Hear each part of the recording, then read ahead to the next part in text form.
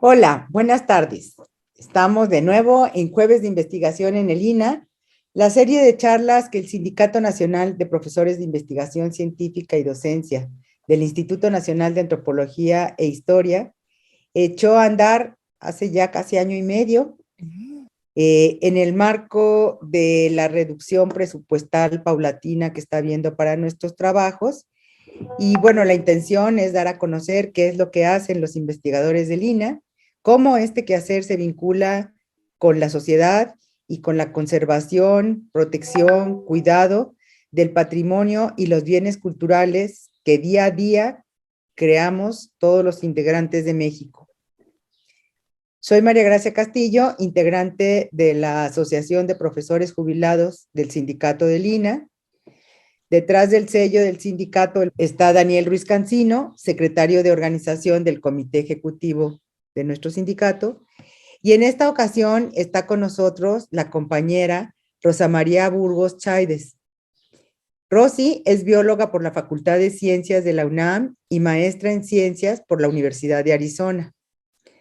Ella trabaja en los laboratorios de investigación de la Coordinación Nacional de Conservación del Patrimonio Cultural del INA, donde determina organismos biodeteriorantes y realiza estudios ecológicos breves previos a las intervenciones de restauración y conservación en monumentos históricos, zonas arqueológicas, museos y archivos.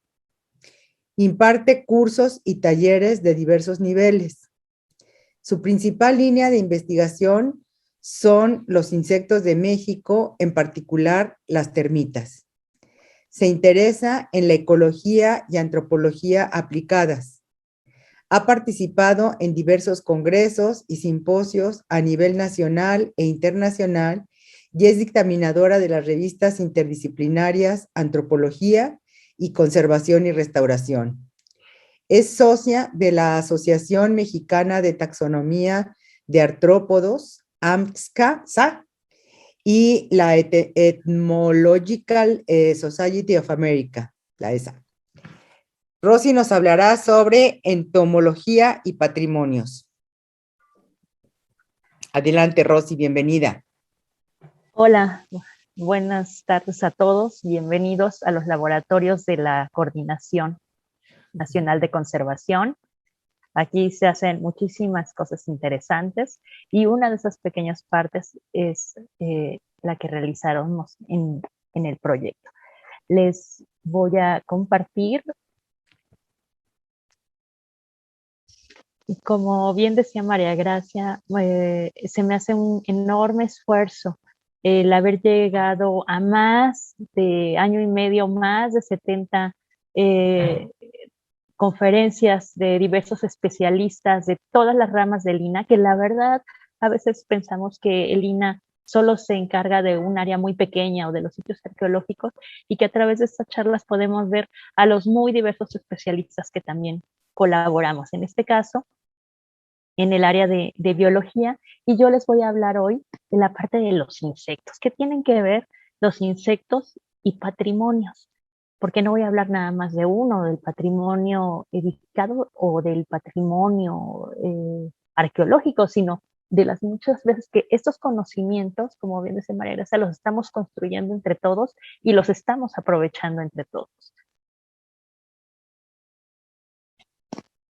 A ver. Muy bien, pues primero voy a dar la introducción a la clase. La entomología es el nombre técnico del área que trabaja los insectos. Ustedes reconocerán a los insectos en su vida diaria, pues porque los vemos volando, ¿no? Vemos mariposas, los vemos caminando, vemos hormigas, vemos cucarachas, vemos muchos animales a nuestro alrededor. Y los insectos se caracterizan por tener 6 patas, 2 antenas, un cuerpo segmentado y que la gran mayoría de ellos son terrestres, ¿no? Otros artrópodos, otros organismos van también a tener las patas articuladas, pero van a tener un mayor número de patas. Por ejemplo, los arácnidos, ¿no? Tienen 8 patitas. Y así vamos a tener también otros grupos de organismos. Pero me voy a centrar en los insectos. ¿Ustedes pueden distinguir por las siluetas? pues que tenemos una gran variedad de insectos. Voy a decir que la gran mayoría tiene alas. Si viéramos esto como un reloj, este árbol comienza a las 3 de la tarde en las líneas negras, donde tenemos un grupo de organismos pequeños, sencillos, la mayoría son habitantes del suelo, pero no por eso menos importantes. Y luego podemos distinguir algunos insectos que los vemos en nuestras casas, los encontramos en nuestros museos y archivos, y a veces nos dan lata, a veces los consideramos, ¿no?, como unos organismos molestos y latosos que hay que eliminar. Pero los biólogos estudiamos a los insectos desde otra perspectiva, estudiamos su evolución, sus relaciones y cómo también nosotros dependemos de estos organismos con los que convivimos. Entonces, aquí señalé con flechitas rojas algunos de los grupos con los cuales en el patrimonio pues, nos estamos enfrentando. Unos serán los pececitos de plata, que supongo que son el terror de todos los archivos, la gente que trabaja en archivos, los museógrafos, las lindas cucarachas, las termitas, que consumen madera y derivados de madera, como cartón, papel. Los piojos de los libros están en esta zona verde. Y acercamos a chinches, estas normalmente no nos dan lata en el patrimonio, algunos grupos de avispas sí, y luego encontramos el gran grupo de los escarabajos. Los escarabajos es un grupo mega diverso. Podemos ver, ¿no?, todo el área que ocupa en este reloj, ¿no? Es casi un cuarto del reloj se dedica a los escarabajos. Y hasta el momento tenemos descritas casi 400,000 especies de escarabajos. Es una enorme diversidad porque ha logrado adaptarse a una gran cantidad de ambientes, de alimentos y de formas de vida. Y ellos también, obviamente, han colonizado el mar y estas islas de algas que flotan en el océano. Otro de los grupos también diversos son el grupo de los dípteros y el de los himenópteros, como ya les mencionaba, las avispas. Entonces, estos bichos están presentes en la naturaleza, en nuestros ecosistemas. Y obviamente los vamos a encontrar en nuestro patrimonio. Va a haber insectos en el ecosistema.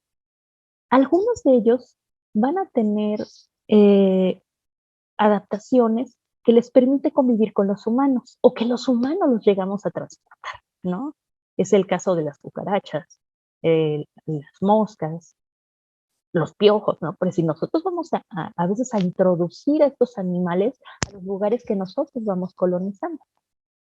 Y eso les vamos a llamar insectos sinantrópicos, porque van a estar alrededor del humano. Los mosquitos, por ejemplo, son de los bichos que tienen más filias, ¿no?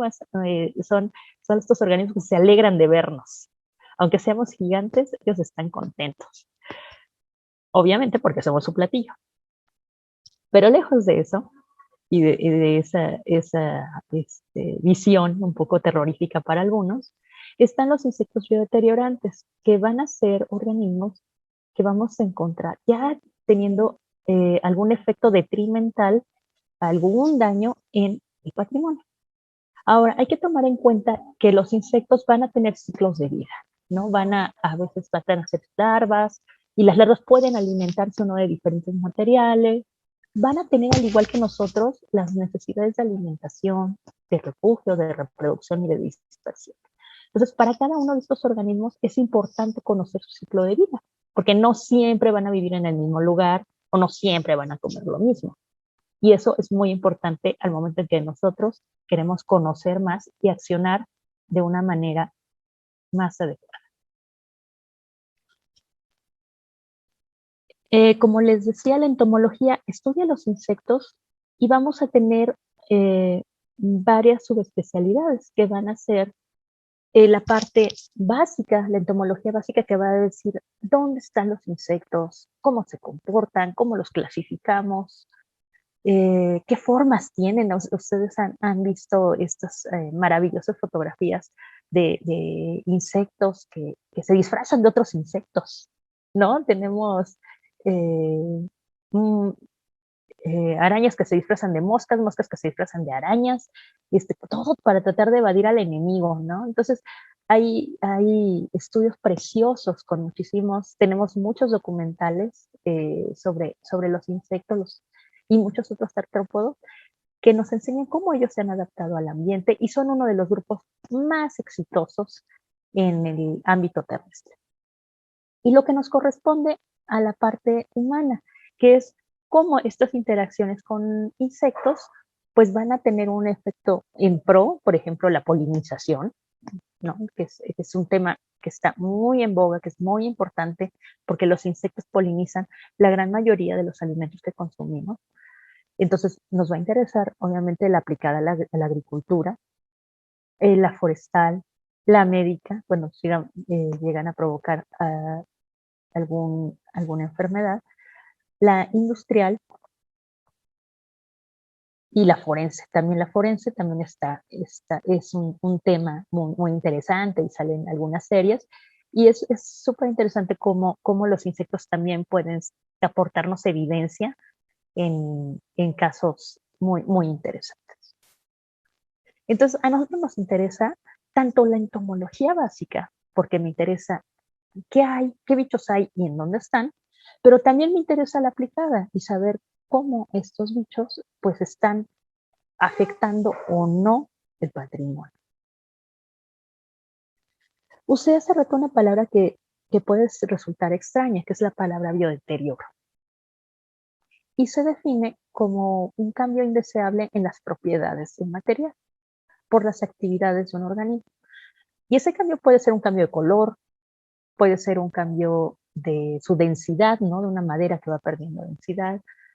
Y lo más común es que nosotros atribuimos eso a bacterias, a hongos, a líquenes, a microorganismos, pero también vemos a veces a las plantas superiores, ¿no? Que están germinando a veces o creciendo arriba de alguna estructura arqueológica o de una fachada de un templo, y es donde decimos, ay, híjole, este bicho está colocado en una posición donde puede poner en peligro ese patrimonio. O la macrofauna. También a veces hablamos de mamíferos como ratones o ratas, o de palomas, en caso de las aves. Y cuando observamos esta palabra de deterioro, entonces es muy común que hablemos de todos estos organismos. Pero con los insectos ha pasado algo muy interesante, que tanto dentro de la normativa de la conservación continúa permeando el uso de los pesticidas. ¿Y por qué? Bueno, el paradigma de estos químicos surgió en los 40 y se popularizó en las siguientes décadas. Estos son compuestos, algunos de origen sintético o mezclas de compuestos que resultaban ser de muy bajo costo, de un amplio espectro, lograba matar una gran cantidad de bichos distintos y de fácil aplicación, o sea, por aspersión o por medio de vapores. Desgraciadamente, con el paso de los años, en los 60 fue ya muy visible que había un exceso en su uso, que empezó a haber también resistencia en los insectos. Por decir, la dosis que se aplicaba al inicio, en las siguientes generaciones ya no era la misma, tenían que aumentar la cantidad de químicos aplicados. Y esto generó que con el tiempo un círculo vicioso, donde se tenía que aumentar cada vez la dosis del químico. Y esto contaminó a la larga también los ríos, ¿no? Contaminó áreas y se veía que si bien a lo mejor en una laguna no se aplicaban directamente estos pesticidas, el agua por ejemplo, de zonas agrícolas sí arrastra estos químicos y pueden tener un efecto más amplio del que tenía en un principio contemplado. Entonces, estas evidencias que se han acumulado a partir más bien desde los 70, han hecho que se hayan extendido regulaciones para poder medir, ¿no? Tratar de evitar el uso de pesticidas. Y obviamente esto ha traído una gran cantidad de controversias, tanto académicas, comerciales y políticas. En México tenemos la Ley General del Equilibrio Ecológico y la Protección del Ambiente, que muy recientemente, hace un par de semanas, fue modificada. Se ha publicado que en México se ha reportado el uso de 180 plaguicidas peligrosos, de los cuales 140 están prohibidos en otros países o por tratado. Entonces se hizo una modificación a varios artículos de esta ley, donde vamos a tratar ya de prohibir en un máximo de 4 años, se tiene que dar esta regulación, para frenar ya el uso y comercialización de estos plaguicidas. Y estamos ahorita esperando la publicación de una nueva lista de plaguicidas prohibidos. Y uno podría pensar, oye, no inventes, pues tenemos insectos, se están dañando el patrimonio y me están restringiendo las herramientas con las cuales yo puedo accionar. Pero afortunadamente hay alternativas. La alternativa es el manejo integrado de plagas. Esta fue una propuesta que comenzó en los 70s y 80s y que fue diseñada por los biólogos principalmente para la agricultura, porque era donde se veía con mayor fuerza pues, los estragos de los pesticidas. Y se adoptó en el 1992 en la Agenda 21 de la ONU, ¿no? donde se impulsa esta distinta visión para convivir con los insectos, para mantenerlos en una cantidad de población donde sea aceptable.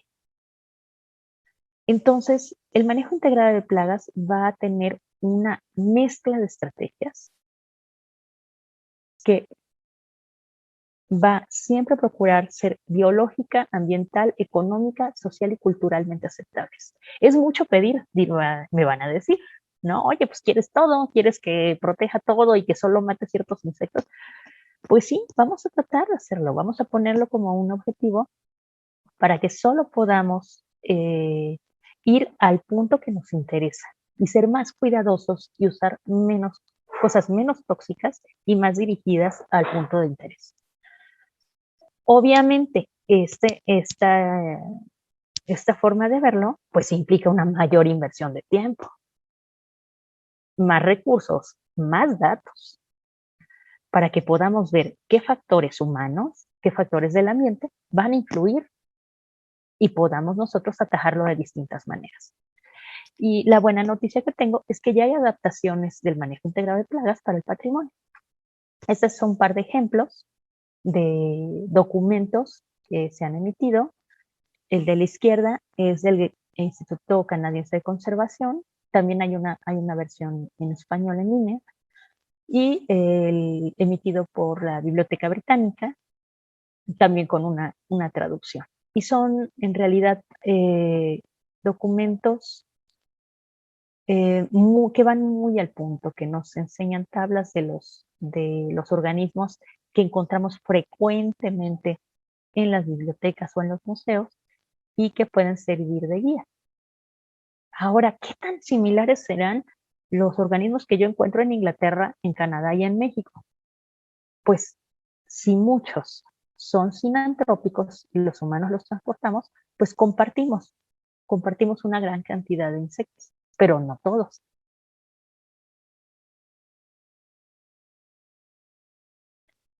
Aquí les muestro un diagrama de la profesora Nieves Valentín del Instituto de Patrimonio Cultural de España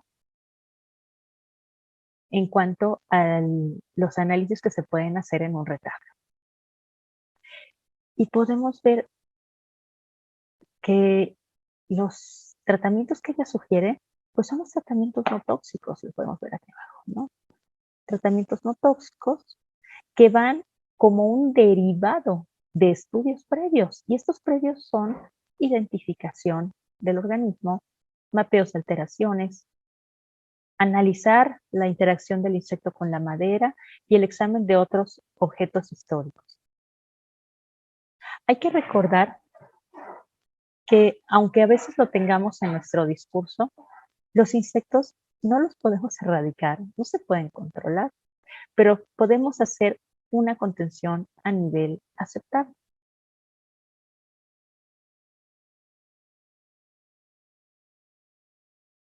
¿Cómo puedo hacerlo yo en un templo, en un monumento? Pues bueno, existen varios pasos que integran el manejo integrado de plagas. Primero es evitar que los organismos ingresen, ¿no? O evitar que se establezcan. Obviamente, si yo modifico el ambiente para que no sea propicio para los organismos, pues a lo mejor podrían ingresar y después volver a salir o morir adentro y no establecer una población. En un segundo punto, bloquear el ingreso. Por ejemplo, colocar mosquiteros. Muchas veces tenemos problemas de palomas, por ejemplo, y decimos, pero ¿cómo se están metiendo las palomas? Y cuando detectamos que faltan vidrios o que faltan redes, y es allí donde podemos tener intervenciones que no son químicas y que pueden evitar que los organismos ingresen a, a sitios de interés. ¿Cómo vamos a detectar, por ejemplo, los insectos en nuestro entorno? Pues podemos usar trampas, pueden ser trampas pegajosas, pueden ser trampas de agua, hay de distintos tipos de acuerdo a lo que nos interesa, ¿no? No hay una trampa que sea ideal para todos los organismos, sino de acuerdo a lo que, a lo que estemos nosotros sospechando. Y al detectar también va a ser importante identificar qué organismo es el que estamos tratando.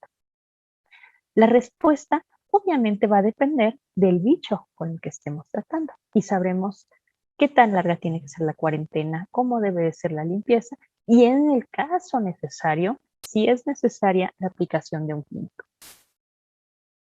Y en cuanto a la recopilación de experiencia y de ideas, pues siempre se tiene este punto de recuperación, donde los equipos multidisciplinarios, la gran mayoría de los equipos de línea son multidisciplinarios, tenemos que concentrarnos y exponer las experiencias para que uno o no vuelva a ocurrir o podamos mejorar la estrategia que estamos utilizando. Por lo tanto, es necesario revisar mejor, planear con antelación y adaptar nuestras estrategias y evitando esta fumigación o aplicación de químicos que es mecanizada o porque lo deben de hacer, lo muestra el manual que hay que hacerla cada 6 meses y que puede resultar en un desperdicio de recursos o la aplicación de químicos innecesarios. También a veces nos hace falta evaluar la efectividad de las intervenciones que se están haciendo a largo plazo.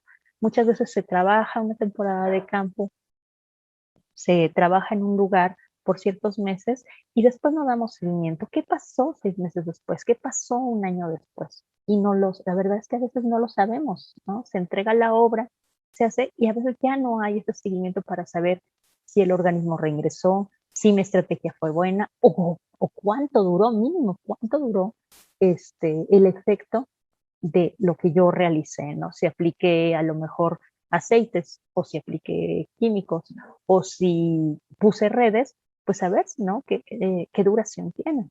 Y estarles dando el mantenimiento y el seguimiento necesario. Aquí les voy a mostrar unas fotografías. Las dos superiores son en el estado de Quintana Roo, la zona arqueológica de Cojunlich, los mascarones monumentales. Allí tenemos parte del proyecto de investigación. Nos interesa los organismos que están tanto alrededor de la estructura donde están estos enormes y bellísimos mascarones. Aquí vemos del lado derecho a estudiantes de biología que están haciendo muestreos de los organismos del suelo, particularmente de las termitas, porque queremos saber qué organismos son los que pueden estar biodeteriorando. Y en la parte inferior vemos un estudiante en una inspección en el Museo Nacional de las Intervenciones. Entonces, Este muestreo puede ser directo, puede ser por trampas. Estos son otros ejemplos. Hicimos un proyecto en el sitio arqueológico de Locote, donde teníamos nidos de hormigas Pugonomyrmex que si uno se acerca demasiado al nido, puede picarnos, nos muerde, defienden su territorio, y queríamos saber, ¿no? Qué tanto daño podía hacer a las estructuras arqueológicas. Y resultó que realmente los nidos no representaban un daño mayor. Hicimos estudios demográficos muy interesantes por publicarse. En otros casos hemos visto organismos como los colémbolos, que son insectos muy, muy, muy pequeñitos. Ustedes pueden ver ahí la malla de milimétrica, ¿no? La mayoría de largo miden 1 milímetro, y que muchas veces los encontramos en el suelo o los encontramos en material muy húmedo y que no representan daño a las piezas, pero nosotros los vemos, ¿no? Porque están en el suelo. Y nos conviene saber cuáles organismos sí representan una amenaza y cuáles no. En el caso de la hormiga ata mexicana, esta hormiga, por ejemplo, sí hace nidos extremadamente grandes subterráneos y requiere varios estudios para saber dónde está el nido principal y cómo intentar mermarlo.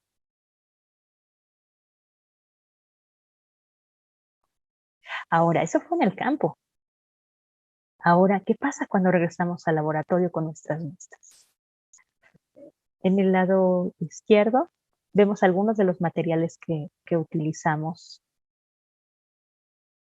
Y arriba vemos la muestra. Muchas veces nuestras muestras están llenas de tierra, de lodo, de madera, y tenemos que separarlas. Tenemos que limpiar nuestras muestras y separarlas. A veces de un solo frasco hemos podido diferenciar 11 grupos taxonómicos independientes distintos, y eso lo hace súper interesante, muy talachudo, pero muy, muy interesante. Y ya que aislamos a nuestros organismos y los limpiamos, pues nos toca identificar. Aquí viene un resumen de las labores que hacemos en entomología aplicada a la conservación. Decíamos la inspección, el muestreo, el trampeo, la determinación taxonómica, que es decir, este animal pertenece a esta especie y por lo tanto podemos revisar cuál es su ciclo de vida, el cual mencionaba yo al inicio. Es muy importante ver el ciclo de vida. Qué consumen cuando son fases inmaduras, cómo son sus nidos, cómo cuidan su refugio, eh, cómo se reproducen o cómo les puedo yo detectar en qué etapas de la vida. Hay bichos que, por ejemplo, las termitas es más fácil detectarlas cuando salen los reproductivos un par de veces al año, pero son salidas en cierta humedad, en cierto tiempo específico. O son organismos que voy a poder yo a lo mejor con pocos organismos poder determinar una especie. Por ejemplo, en las hormigas, ¿no? Puedo tomar soldados u obreras y estas las encontramos mucho más ¿no? Al ras del suelo que las termitas. También hacemos aquí estudios ecológicos breves. Vemos pues de qué se están alimentando, si lo que quisiéramos aplicar sí les da repulsión, que en el caso, por ejemplo, de Aguascalientes, queríamos saber cuál era la edad aproximada del nido, ¿no? Si era un nido que estaba joven y en plena expansión o era un nido viejo, ¿no? Entonces, hay cosas que podemos acercarnos a través de la biología para guiar a los compañeros arqueólogos a tomar decisión. Y obviamente emitimos esta información a través de informes con recomendaciones. Miren, aquí está un ejemplo. En esta diapositiva les presento un caso. Tenemos el alerón de un retablo de Izúcar de Matamoros. Al comenzar la restauración se observaron grandes galerías. Pueden ver del lado derecho, no sé si se ve mi mouse, cómo está pronta allí la aspiradora, va a llevarse a todos los bichos, pero afortunadamente nos llamaron y veían estos polvos oscuros allí. que al revisarlo de cerca nos dimos cuenta que eran excretas de termita. Y estos que parecen aquí arrocitos son termitas. Y unos de ellos resultaban ser soldados, aquí tienen la fotografía, y entonces fue un hallazgo para nosotros los biólogos muy hermoso y para los compañeros restauradores un poco traumante, pero fue muy interesante este caso. La termita determinada es Cryptotermes brevis y se caracteriza por tener una cabeza con una rugosidad muy pronunciada y se le llama cabeza fragmótica. Tienen la cabeza como achatadita porque ponen la cabeza en los agujeritos respiraderos del termitero. Entonces no dejan entrar a las hormigas, que son de sus principales depredadores. Entonces cuando nosotros abrimos un nido, pues vamos a observar termitas obreras. Aquí las vemos en color blanco, alargaditas. Termitas soldado, las vemos que tienen la cabecita un poco más oscura. Y también a veces encontramos a los reproductivos. En este caso, aquí tenemos a la pareja real, que es muy semejante a la organización a la que tenemos en grupos de hormigas, que todas son sociales. Y normalmente en los fechas de mayo o junio salen estas termitas reproductivas con aladas, con 4 alas, y dejan las alitas. A veces las vemos en las esquinas de ventanas, de puertas o en el suelo, y sabemos que allí andan las termitas. Ellas tocan el suelo y dejan sus alitas y buscan un lugar donde fundar un nuevo nido. Entonces, al revisar la historia de vida, al revisar la distribución de esta termita, pues estuvo súper interesante, porque nos dimos cuenta que Cryptotermes brevis es la termita de madera con la mayor distribución mundial.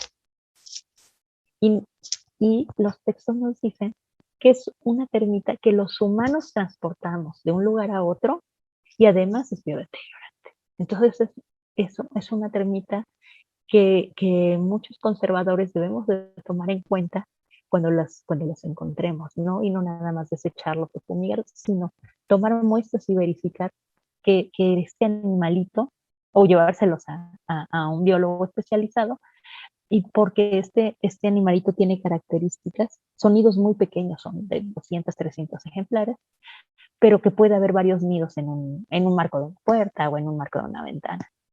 Entonces veamos, esta termita es originaria del desierto de Atacama, norte de Chile, sur de Perú, esta zona, y entonces no necesita agua, necesita una mínima humedad, y eso ha permitido que pueda viajar en las patas de las sillas, de las mesas, en pequeños trozos de madera por todo el mundo, ¿no? Esto fue una cosa súper interesante.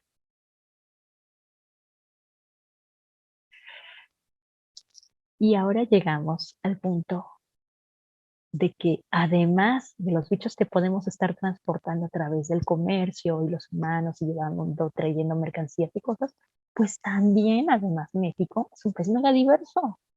Entonces tenemos hasta para echar para arriba. ¿Y por qué? Siempre la pregunta es, ok, México es diverso, sí, pero ¿qué onda? Bueno, primero es porque tenemos una gran cantidad de diversos ambientes, ¿no? Tenemos montañas, tenemos contacto con el Pacífico, tenemos contacto con el Golfo de México, tenemos nuestras sierras, y esas hacen que haya zonas que les vamos a llamar provincias biogeográficas. Obviamente, los insectos no van a reconocer las divisiones políticas de los humanos. Entonces vamos a tener que un estado, por ejemplo, Puebla, puede tener hasta 4 provincias biogeográficas simultáneas. Y lo vemos cuando viajamos a través de los estados, cómo puede cambiar el paisaje de una cañada a otra. Y estos sitios, hay sitios donde se unen, ¿no? Estas provincias biogeográficas, vean esta zona acá en Jalisco, Colima, zonas obviamente de los multireconocidos, ¿no? Chiapas, Guerrero, Oaxaca, donde se juntan estas provincias biogeográficas. Entonces, esas áreas se les llama hotspots, son puntos calientes, donde vamos a tener una altísima biodiversidad. Bueno, ¿y eso qué tiene que ver con el patrimonio? Pues que muchas veces estos bichos que ya viven allí también pueden ingresar al patrimonio. Entonces vamos a tener bichos que traen los humanos y además los bichos que estaban allí y que también puedan entrar a colonizar. Entonces, tanto el cambio de, digamos, de la legislación, los nuevos datos que tenemos de los bichos, nos obliga a actualizar la teoría y la práctica en torno a los organismos biodeteriorados. Podríamos llamarlo como una parte del proceso de limpieza, pero debería ser un proceso que tiene que estar muy claro, muy bien definido dentro de los protocolos de los arqueólogos, de los restauradores, de los arquitectos. ¿Por qué? Para poder saber cuándo y cómo se está aplicando y cuándo y cómo dura, ¿no? Esas intervenciones que van a costar tiempo y dinero. En la actualidad se usa más bien como un paso opcional, ¿no? Que cada conservador decide qué usar y cómo usar, de acuerdo a las circunstancias. Pero aquí la sugerencia es a que se integren biólogos y personal especializado para hacer estas intervenciones mucho más detalladas. También me gustaría mencionar que hay que eliminar de nuestro lenguaje la parte de fumigación. Fumigación es un término muy particular aplicado a cosas con gases y a veces lo usamos para todo, ¿no? Entonces hay que ser cuidadosos con el lenguaje. Muchas veces se ha utilizado la palabra erradicación como eliminar una especie. Pues no, no se puede, no vamos a poder eliminar una especie. A lo mejor podemos disminuir la población. Los únicos lugares que deben de permanecer estériles son los quirófanos. Normalmente nuestras casas tienen animalitos que andan circulando, a veces entran y salen, o entran y mueren, pero es normal que haya organismos circulando, y por eso digo patrimonios, no digo nada más, no nada más el arqueológico, no nada más el histórico, también nuestras casas, ¿no? Nuestras mismas casas vemos que entran a veces, o hay algún bichito en la pared, o hay alguien volando, y uno, ¿quién eres, no? Que nos vienen a visitar, pero es porque estamos rodeados de insectos constantemente, y tenemos que saber cuándo sí vale la pena accionar y aplicar algo, y cuándo no, ¿no? Cuando la opción va a ser una cosa física, poner un guardapolvos, por ejemplo, para que no ingresen por abajo, o poner gomitas alrededor de las puertas, y que van a ser acciones que van a tener una duración más larga que estar aplicando insecticidas, por ejemplo, ¿no? Y otra palabra que se utiliza mucho es la parte de control, ¿no? Que yo también sugiero que no es la más adecuada. Ahora, ¿cómo voy a dar a conocer a los demás? ¿No? Me van a decir, es que a ti te gustan los bichos, te gusta verlos. Bueno, pues una de nuestras herramientas es la ilustración científica. Yo puedo hacer la observación de un bicho en vivo. Ustedes han visto los pescaditos de plata, ¿no? Han visto un pequeño churrito, un cilindrito plateado ahí corriendo. Son muy veloces, y tienen tres como colitas al final de su abdomen. Nosotros lo que hacemos es que tomamos fotos en vivo, colectamos, tomamos fotos en los microscopios para ver los detalles, se hacen bocetos. Aquí tenemos un boceto muy hermoso y después se les da volumen. Y la idea es que estas ilustraciones científicas puedan guiar a los conservadores a identificar los bichos y a algunas prácticas que les permitan un menor uso de químicos y un mayor uso de otras estrategias. Esta es, por ejemplo, una termita. ¿Se acuerdan de la termita que habíamos visto que tenía la cabeza arrugada? Esta es distinta, esta tiene su cabeza, se le llama nasutes, porque es como si tuvieran una nariz larga, una proyección enorme en su cabeza, y con eso secretan un líquido que ayuda a que se peguen las hormigas, que les digo que son sus enemigas, y entonces secretan un líquido en este punto del mazo. Y es muy importante, por ejemplo, cómo tienen esas sedas, si están agrupadas, si las tienen la puntita, si las tiene al final. Y a nosotros los especialistas nos interesa, ¿no? Nos interesa esos finos detalles que distinguen a las especies. Este es un resumen, por ejemplo, de un trampeo que se hizo en el Museo Nacional de las Intervenciones y donde se colocaron trampas de distintos tipos, o trampas pegajosas, bajo la sospecha de que había roedores y demás, y se fueron encontrando distintas, ¿no? Distintas bichos que andan circulando en este museo. Ahora, me gustaría hablar del efecto del recorte presupuestal continuo que ha tenido el INAH desde hace varios años y que se ha acentuado. La carencia de recursos en los proyectos afecta en varios puntos. Una es que los recursos no sean suficientes para dar un pago digno a los profesionistas que colaboran y que se van entrenando en estas muy particulares líneas de trabajo. Este entrenamiento no es de meses, este entrenamiento es de años. En nuestro caso, por ejemplo, la ilustración científica nos ha llevado varios años. Cómo se hace, con qué aumentos, cuántos bichos necesito dibujar, cuántas fotografías. Si esa persona no recibe un pago digno, obviamente va a buscar otro lugar. Y el INAH se queda sin esos especialistas. Y eso es no solo una pérdida del recurso humano, sino también una pérdida de la ciencia aplicada. En este caso, un biólogo entrenado para detectar los organismos, un diseñador, un ilustrador científico especializado, que no es tan fácil de encontrar. Otro punto que vemos, en efecto, son las restricciones a las salidas de campo. Obviamente ha habido una restricción tremenda para gasolinas, para salidas, para los permisos. Y esto va desde antes de la pandemia.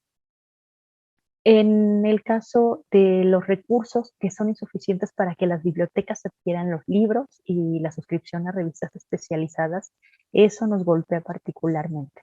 ¿Por qué? Porque cuando yo necesito revisar artículos sobre ciertas especies, pues obviamente muchos artículos son de suscripción. Entonces termina uno casi pidiendo favores a otros compañeros para conseguir material. Obviamente que siempre tenemos redes colaborativas y nos ayudamos.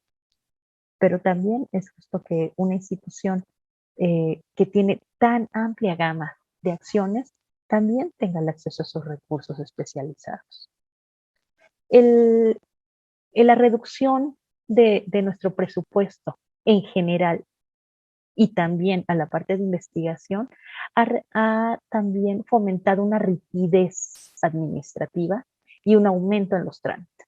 Entonces eso hace que las personas pasen más tiempo realizando justificaciones, informes y cambios que el tiempo que tiene que dedicar a estar en su trabajo de campo o en el trabajo de gabinete. Y eso pues, es un desperdicio de tiempo, cuando lo que queremos es que la parte administrativa sea colaborativa y nos ayude a hacer más cosas. Y sí, sí podemos hacer más cosas, pero también necesitamos los recursos necesarios.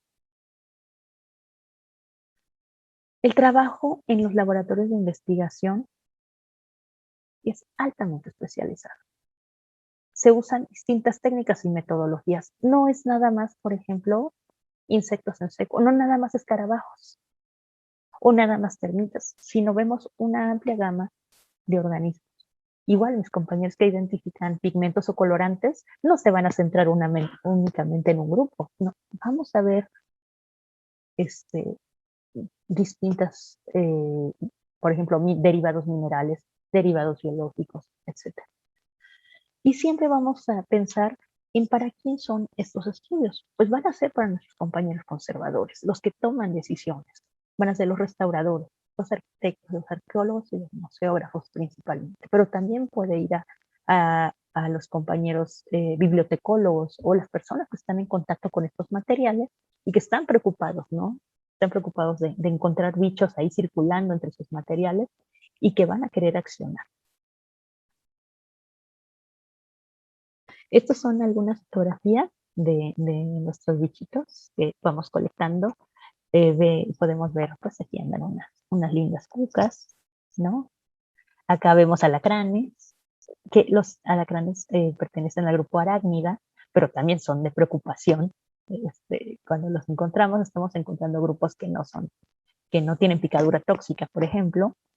Hormigas en sus distintas fases, obreras, soldados, reproductivas, y también las termitas, como son muy pequeñitas, normalmente no las ponemos en un alfiler, a ellas las tenemos en frasquitos con alcohol. A ver si son fresquitos con alcohol y ahí tenemos nuestros bichitos. Entonces, realmente nuestras termis son muy pequeñitas y tenemos nuestras muestritas en frascos. Y eso nos permite almacenarlas etiquetadas adecuadamente y poderlas tanto a disposición para que sirvan como referencia como para investigaciones biológicas, ¿no? ¿Qué bichos estoy encontrando en dónde? Entonces, el potencial del trabajo en entomología, aunque es extremadamente especializado, también nos permita que pueda ser útil a otros especialistas, ¿no? A biogeografía, por ejemplo, ¿dónde? ¡Ay, tú encontraste tal especie en tal lugar! Ah, vamos a ampliar su distribución. Y eso pues le da mayor valor a nuestro trabajo. Y una de las preguntas es, bueno, pues tú te especializas en los bichos, pues, ¿cómo los demás van a hacerle, no? ¿Tú crees que cómo compartir ese conocimiento? Bueno, nosotros estamos completamente disponibles para dar asesorías, inspecciones, toma de muestras, determinación taxonómica de insectos en los laboratorios. Hemos impartido un curso taller de biodeterioro en el patrimonio cultural, algunos especializados para biólogos, por ejemplo, en el Instituto Tecnológico de Chetumal, y ahorita tenemos en preparación un curso en línea llamado Introducción a la Entomología. Y esto es para que podamos transmitir este lenguaje que es muy técnico a las otras disciplinas, pero que también se puedan beneficiar de él. Les agradezco enormemente su atención. Espero que esto los haga a todos ver a los bichos que encontramos en el suelo, en la pared y a veces cerca de nuestra comida, como alguien con quien convivimos. Son animales con los que estamos conviviendo constantemente y que va a haber veces que no va a ser necesario tener ¿cómo llamar? Como enojarse, tener hay gente que tiene hasta crisis, ¿no? De que encuentran un bicho. Es decir, no, vamos a pensar tranquilos, vamos a ver qué es, vamos a ver cómo entró, vamos a evitar que vuelva a entrar. Y obviamente esto requiere un mantenimiento constante. La falta de mantenimiento en nuestros sitios, obviamente que va a favorecer el establecimiento de nuevas poblaciones de bichos. Y por eso merece nuestro patrimonio vivo, nuestro patrimonio edificado y nuestro patrimonio en uso, merece la inversión para que siga conservándose por muchos años. Muchas gracias. Les dejo mi correo. Rosa, pues muchísimas gracias a ti por esta plática que casi nos haces que nos hagamos amigos de los bichitos, ¿no? Y de los bichotes y de todo. O sea, como que sí cambia luego la perspectiva cuando uno oye hablar a personas como tú acerca de los bichos. Y bueno, creo que además, yo creo que es una perspectiva muy general y muy completa de cómo, pues, los diferentes seres, en su necesidad de vivir, pueden afectar el patrimonio, pero también que es una responsabilidad el evitar esto y no con medidas que vayan a deteriorar el mundo en el que vivimos, ¿no? Sino buscando otro tipo de medidas, pues que son más amables, que tienen efectos, si se llevan a cabo, hasta donde entendí, con cierto sistema, pueden tener efectos hasta mejores que las fumigaciones y estas cosas. y pues que crean conciencia acerca de por qué es importante tener este tipo de actitud frente a los diferentes bichos, aunque tú dices cucarachitas bonitas y a mí se me enchina el cuero. O los moscos, y me acuerdo de ellos en la noche y dices, ay, ya le batallé, ya saqué todas las plantas de mi casa, ya evito todo el rollo de húmedo y siguen estando los mosquitos ahí zumbándote cuando menos esperas. Pero en fin, bueno, pues sí, buscar estrategias para evitar que nos molesten y pues esto, ¿no? De convivir con ellos, porque ciertamente, como dices, está difícil exterminarlos. Y además yo creo que el exterminarlos no, bueno, con charlas como esta, pues nos dice que de alguna manera tienen una función en el mundo, en la naturaleza, estos bichos, y que bueno, habría que ver qué se hace con eso. No sé si quieras agregar algo, por mi parte darte las gracias, y pues invitar a todo mundo de veras a reflexionar sobre nuestra actitud con los bichos y el de cómo controlarlos para no afectar nuestro principal bien, que es la naturaleza, ¿no? Exactamente. Creo que diste exactamente en el clavo. Muchas veces nos enseñan, ¿no? Nos enseñan de que ve un bicho, písalo. ¿Y por qué? Muchas veces, obviamente, esta precaución ha sido para proteger a los niños, ¿no? Lo entendemos. Y, y entre que sea malo o no sea malo, yo lo mato. Pero muchas veces son cosas aprendidas y que no nos permitimos reflexionar, ¿no? Podemos agarrar la escoba y sacarlos de la casa, ¿no? Y entonces, o como decías tú muy bien, vamos a reorganizar las plantas de la casa, ¿no? Vamos a reorganizar las plantas de la casa, que no quede tanta humedad cerca de las paredes, que esté alojando, ¿no? Dando un espacio de alojamiento a los alacrancitos, ¿no? Y entonces nosotros vamos a decir, vamos a poner mejor las plantas un poco más retirados y eso va a bajar la humedad. Entonces hay diversas estrategias que tienen que ver en cómo los humanos, lo que nosotros hacemos al planeta y lo que hemos hecho son unos cambios tremendos, tremendos. Y lo empezamos a ver primero con los gases y ahorita lo empezamos a ver con los suelos. Entonces, al estar conscientes de que nuestro efecto, a pesar de ser un bicho muy reciente en este planeta, el efecto que hemos tenido en el planeta es visible y tiene que ser modelado, tenemos tiempo todavía para hacer acciones que permitan, primero, parar o disminuir o mitigar el daño que hemos hecho. Y creo que si bien aplicaba en museos, también aplica en nuestra casa. Entonces, Claro. el que muchas veces nos quejamos de los mosquitos, y yo primero que les pregunto, ¿tiene usted mosquiteros? Y ya dice uno, ¿cómo voy a hacer que no entren? Pues vamos a poner un mosquitero en la cocina, donde siempre normalmente tenemos nuestra ventana abierta, ¿no? Y que las mosquitas y los mosquitos van a estar oliendo esas cosas deliciosas que cocinamos y van a estar siendo atraídos, los estamos trayendo. Al final, nosotros construimos nuestra vivienda confortable y a otros bichos también les aprovechan, ¿no? Aprovechan y se vienen a vivir con nosotros. Pero necesitamos mantenerlos o estarlos sacando. A veces se van a meter y necesitamos al momento en que nosotros hacemos nuestra limpieza, pues estar retirándolos y retirándolos para que no se establezcan las poblaciones.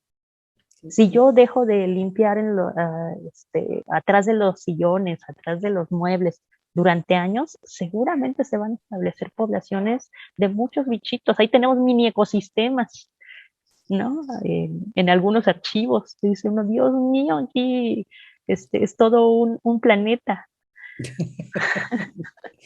Porque hemos dejado. Y entonces, por ahí la conservación preventiva tiene gran parte, ¿no? El estar limpiando y estar sabiendo quién está circulando, quiénes están ingresando en mi biblioteca, en mi archivo, en mi museo, en mi zona arqueológica, y cuáles sí van a ser de problema, cuáles sí son peligrosos, y cuáles no. Y eso es, a ver, compañero, desaloje, ¿no? Pase por la derecha. Y sí, vamos a estar conviviendo todo el tiempo con ellos. El punto es que lo hagamos de la manera. Yo sé que ahora no siempre se va a poder, hay que estar conscientes también. No, va a haber veces que va a haber unas infestaciones tremendas y se va a tener que bajar la población de un golpe. Pero esta población hay que mantenerla en un límite aceptable, bajo un límite aceptable, y que cuando esta población empiece a aumentar, nosotros tengamos estrategias para bajar la población.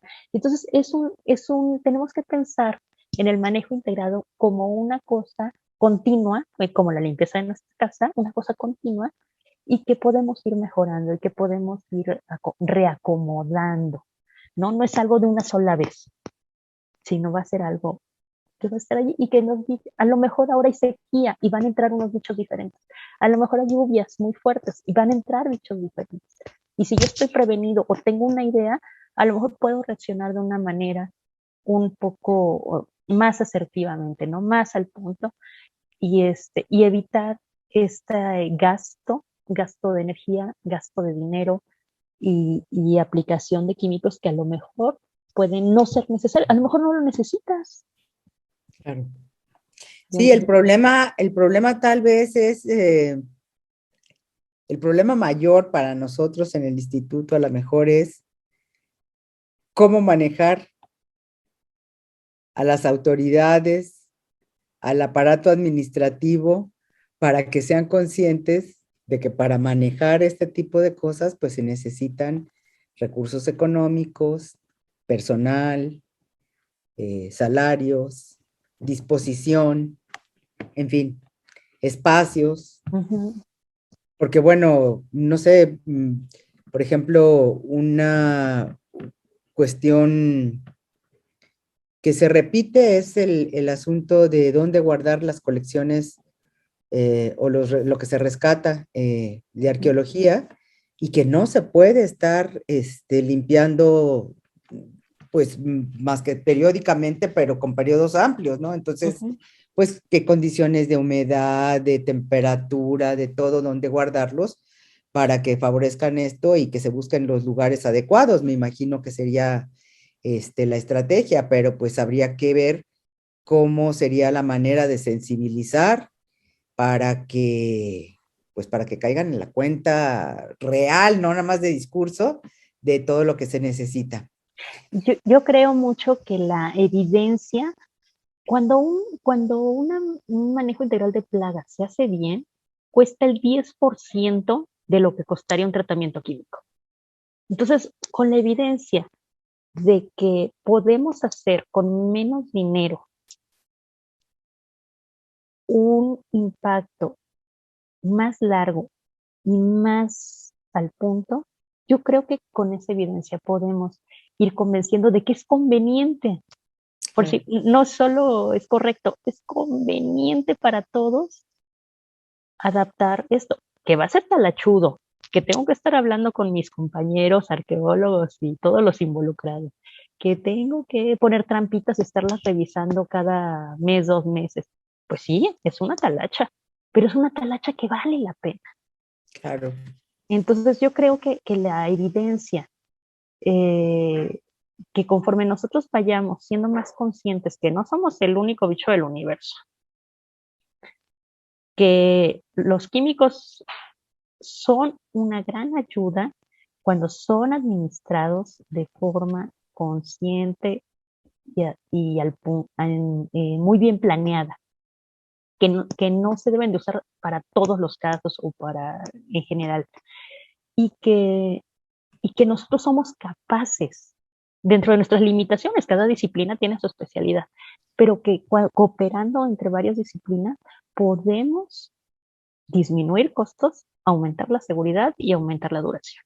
Entonces yo creo que es más como de conveniencia, ¿no? Hay que convencernos a nosotros para poder convencer a los demás. La gloria está en convencer y no en vencer.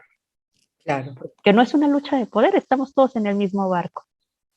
Entonces, yo espero que conforme vayamos juntando evidencias, con eso podamos convencer de hacer una regulación en el INAH y en otras instituciones más fina. Y esta misma regulación que yo mencionaba de la Ley General de Protección a la Mente, pues nos va a obligar a fuercita.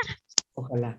Ojalá, exactamente, a ser más prudentes, a usar esas ideas, esa maravillosa naturaleza y las oportunidades que el INAH, con su gran cantidad de tesoros que resguarda, y los tesoros que resguardamos en nuestras casas, nuestras vidas y nuestras culturas tan hermosas, que también nos van a proveer de ideas. Y muchas culturas tienen formas de controlar o de decir, si tú quemas tal planta, alejas tal mosquito. O si tú haces tal cosa. Y las propias culturas tienen también sus adaptaciones para disminuir las poblaciones o para repeler, ¿no? Repeler mosquitos. Y eso es padrísimo también de irlo encontrando. Rosa, pues muchísimas gracias porque fue una plática provocadora, sugerente, linda. Despiertas amores por quienes normalmente no queremos mucho. Muchas gracias y gracias a Daniel, gracias a quienes están viéndonos y nos vemos el próximo jueves en Jueves de Investigación en el INAH. Hasta luego. Hasta luego, gracias.